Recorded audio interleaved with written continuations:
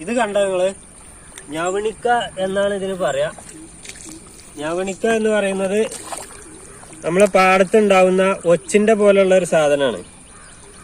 ഇതിനെന്താ അത്ര അത്ഭുതം എന്ന് കേൾക്കുമ്പോ നിങ്ങൾക്ക് തോന്നാം. പക്ഷെ ഇതില് അത്ഭുതമുണ്ട്.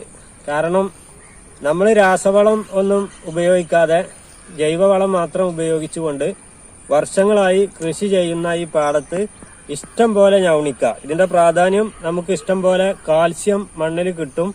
കാൽസ്യം ഒലിച്ചു പോവാതെ ഇവർ സംരക്ഷിക്കും. നമുക്ക് ആവശ്യത്തിനനുസരിച്ച് മണ്ണിലേക്ക് കാൽസ്യം ലഭിച്ചുകൊണ്ടിരിക്കും. നമ്മൾ ഇത്തളോ അല്ലെങ്കിൽ കക്കപ്പൊടിയോ ഡോളമൈറ്റോ ഇട്ടിട്ടില്ലെങ്കിൽ പോലും നമുക്ക് വേണ്ട കാൽസ്യം ലഭ്യമാക്കുന്നതിന് ഇവര് സഹായിക്കുന്നു. കൂടാതെ ഈ ഞവണിക്ക ഇവിടെ ഉണ്ട് എന്നുള്ളതിന്റെ അർത്ഥം ഇവിടെ മറ്റ് ജീവികളും മണ്ണിരയും അതേപോലെ ബാക്ടീരിയയും മറ്റ് സസ്യങ്ങളെ പോഷിപ്പിക്കുന്ന സൂക്ഷ്മാണുക്കൾ മൊത്തം ഇവിടെ ജീവിക്കുന്നു എന്നുള്ളതാണ്. അതേപോലെ ഞണ്ടുകൾ നമ്മുടെ വരമ്പിൽ ഇഷ്ടം പോലെ ഉണ്ട്.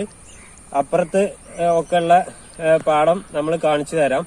അതില് ഈ ഞവണിക്കയോ അതേപോലെ ഞണ്ടിനെ ഒന്നും കാണാനില്ല.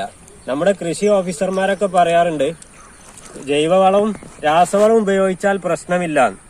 ആ പറയുന്ന രീതിയിൽ ചെയ്യുന്ന സ്ഥലത്താണ് ഈ ഒരു ജീവികളെയും കാണാതിരിക്കുന്നത്. അതുകൊണ്ട് ജൈവവളം ഉപയോഗിച്ച് കൂടെ രാസവളം ഉപയോഗിച്ചാലും ഈ സൂക്ഷ്മജീവികളൊക്കെ ചത്തുപോകുമെന്നുള്ളത് നമ്മള് അനുഭവമാണ്.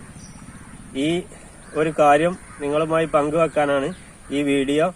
അതുകൊണ്ട് ജൈവ കൃഷിയാണ് നമ്മുടെ നിലനിൽപ്പിന്റെ ആധാരമെന്ന് നിരന്തരം മണ്ണും ഈ പ്രകൃതിയും ഈ ജീവികളും നമ്മളോട് പറഞ്ഞുകൊണ്ടിരിക്കുകയാണ്.